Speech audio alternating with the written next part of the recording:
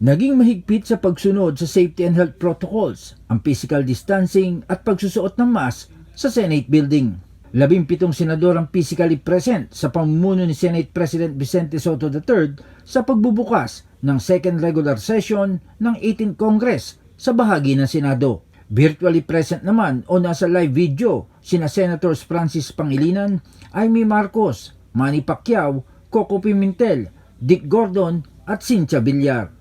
Para, Ginay, Cayetano, De Lima, De La Rosa, Drilon, Gatchalian, Go, Gordon,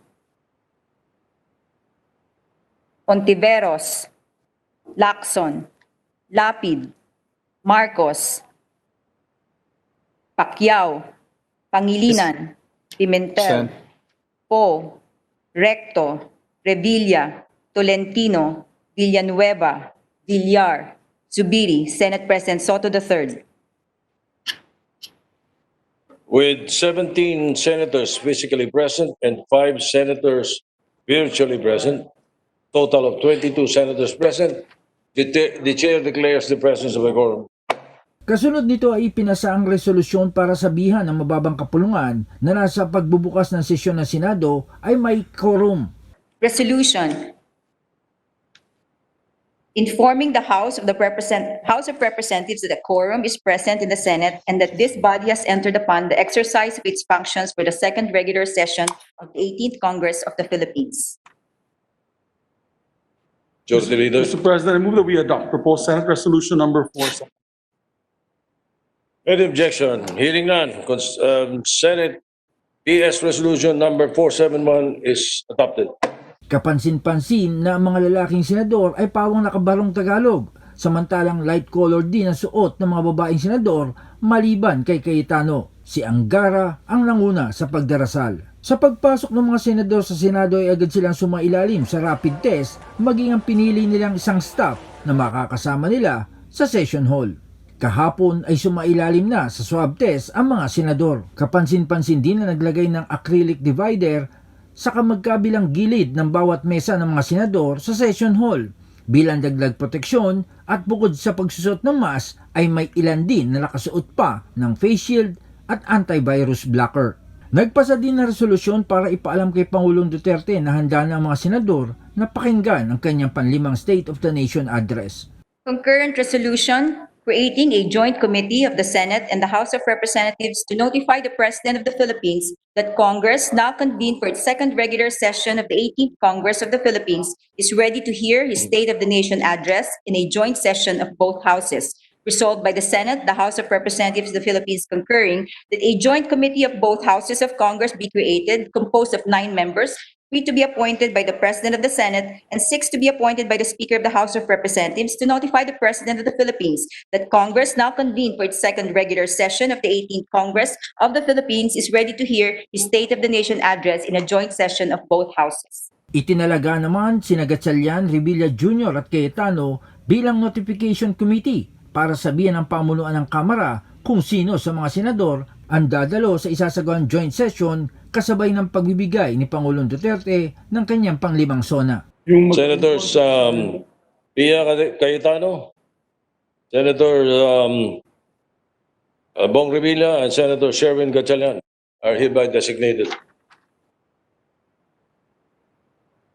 as members of the Joint Notification Committee. 8 lang sa mga senador ang pupunta sa Batasang Pambansa, sina Soto, Zubiri, Go, Gatchalian, Revilla, Tolentino, De La Rosa at Cayetano. Samantala sa kanyang opening speech, ipinagmalaki ni Soto na nagampanan nila ang kanilang mandato sa kabila ng krisis dala ng COVID-19 at nangako ito na may magagawa pa sila. As long as we share the burden of the COVID pandemic with other countries of the world, we must continue to work towards saving lives and easing our common anxiety. This truth is unavoidable. The Senate has promptly responded to the needs of our nation. Still, the Senate is ready to do more. Always remember that the Senate is here for all Filipinos.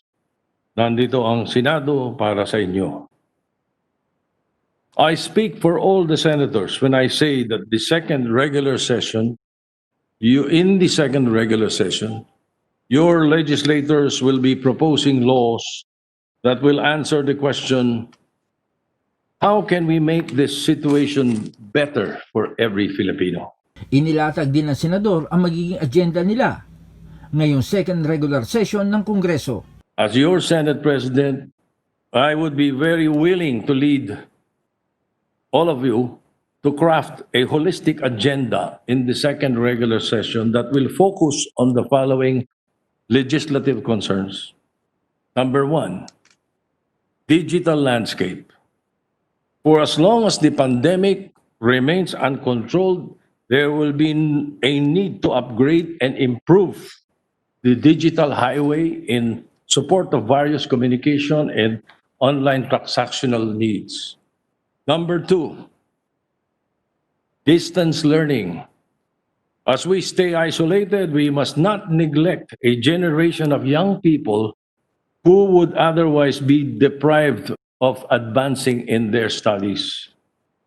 We must support programs that will help the education sector migrate to more plausible learning platforms. At para naman sa pagpapasigla muli ng ekonomiya, Public transport system.